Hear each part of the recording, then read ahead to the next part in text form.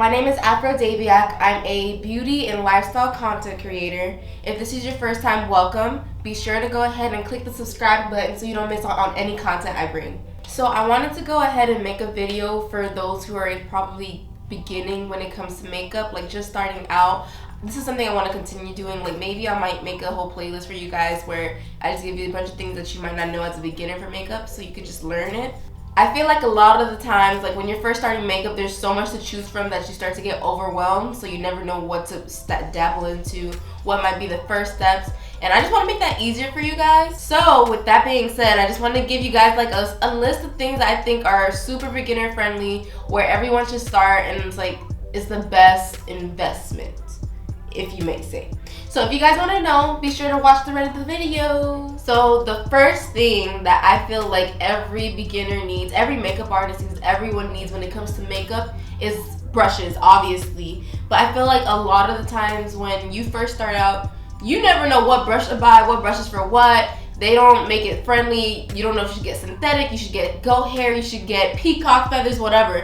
So I recommend, like this is very accessible, going to Amazon and purchasing Zoreya brushes, Zoreya brushes. Once I got put onto those guys, like I've rarely bought any other brushes because I just feel like these are my staple. Like I only have a couple here right now because the rest I have to go wash them. But those brushes are so like, and they say the type of brush that they are, like this one's a contour brush. You don't necessarily have to use it for what it says it is, but it does give like a path for you to follow, so it makes it a lot easier when it comes to doing your makeup. I've also loved, I think it's Makeup Shack. Makeup Shack's makeup brushes are bomb. I usually use their eye brushes, like their concealer brushes, their, I can't remember, it's an eyeshadow brush, but it's very thick. Those bomb. They get the job done. They make it look nice. It makes it look crisp. I've also heard a lot of good things about Sigma, but I've never actually had the honor of trying them. I would love to try them. If you guys would like to send something over, that'd be great. But maybe if you want to try that, that's also, I've heard they're fairly beginner friendly as well. The next item that I feel every person needs when it comes to doing makeup is a beauty sponge. A beauty sponge, a Real Technique sponge, a beauty blender, whatever it is, that is what you need. I opt for, mine's dirty, I did my makeup a little ago. I opt for a Real Techniques or even an e.l.f. sponge, like, and I think they're so affordable, so I don't see why you wouldn't go and get one. I've never had a beauty blender, but I heard they work wonders. My thing is, if this does the same thing, I don't have $20 to spend on one sponge. I'm not gonna lie to you guys. The next thing I recommend you purchase would be like a handheld fan or a small stand-on fan. I was watching Jackie Aina's videos and like months, maybe even years back, and I was just like, why have I not been put onto this sooner? So the purpose of the fan is so when you have like your concealers on your face, you want them to get like to dry down a bit, so when you blend them, it just has so much coverage. And once I got put onto this, I'm like, oh my god. Like it was just, it's mind-boggling. But I don't have a handheld one. I have one that stays on my desk.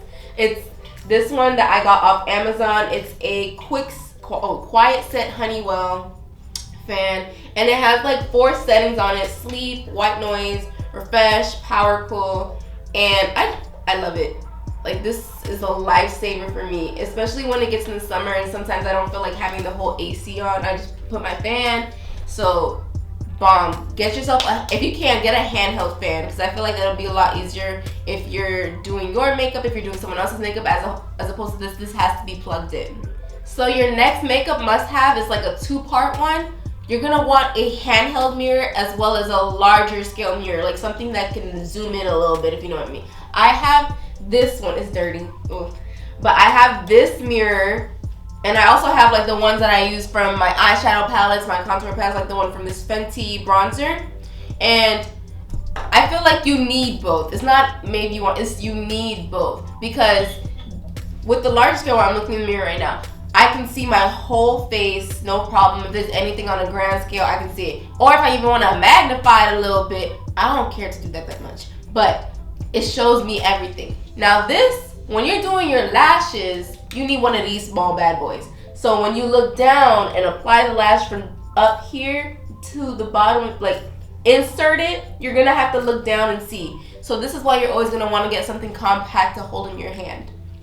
Also, when you're on the go, you're gonna need this. You need to see. You're not gonna bring this giant behind mirror with you everywhere, and you need to check on yourself. So your next makeup must-have is some lashes. And when I say some, you need to have plenty. It's not a staple for. It might not be a staple, but it's a staple for me. Like, as you can see by these bad boys, I feel like a look is never complete until I have lashes on most times. So I recommend Amazon. If not Amazon, the beauty supply store. Like, y'all, please stop sleeping on the beauty supply store. The beauty supply is called beauty supply for a reason. Like, the lashes, the lip gloss, the liners, top tier. But that's just me. So I'll get things like this. You can get, if this is too much for you, you can always downsize your lashes. You can even get like individuals if you want. I feel like that's a staple. That's just me. But you don't have to if you don't want to. Just always know that it can probably make or break your look. So the last makeup must-have is wipes. I wouldn't really say baby wipes because I feel like they don't do the job, but what I recommend first off is these one size. I got them filthy good. Everything gets filthy around me. I have these one size go off wipes. It's like, okay, it says literally juiciest makeup remover wipes. They're not lying. These things are big as hell, and they get all my makeup off. Like, I also have the makeup remover spray, but I don't even need that when I have this. Bomb.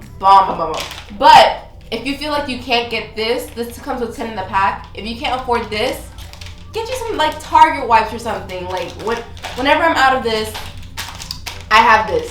And it takes a little longer to remove the makeup, but it gets it done. And I feel like wipes are just necessary when you're starting out because you never know what could happen. You try something new, which is what you're supposed to do with makeup. Always experiment because you never know what might work. And it might not look the best. But at least you tried and now you have the chance to remove it. Like, that's one thing. That's another thing. When I first started doing makeup, I didn't realize that some makeup is not just, a little soap and water will get it right off. It's like you gotta go in there. You gotta get the oils. You gotta do everything to get that stuff off. So that's why I recommend getting wipes. And maybe even some micellar water if you can. Okay guys, that's it for today's video. I hope you guys enjoyed it. If you did, be sure to like, comment, and don't forget to subscribe so you can see my next video. Until next time, bye!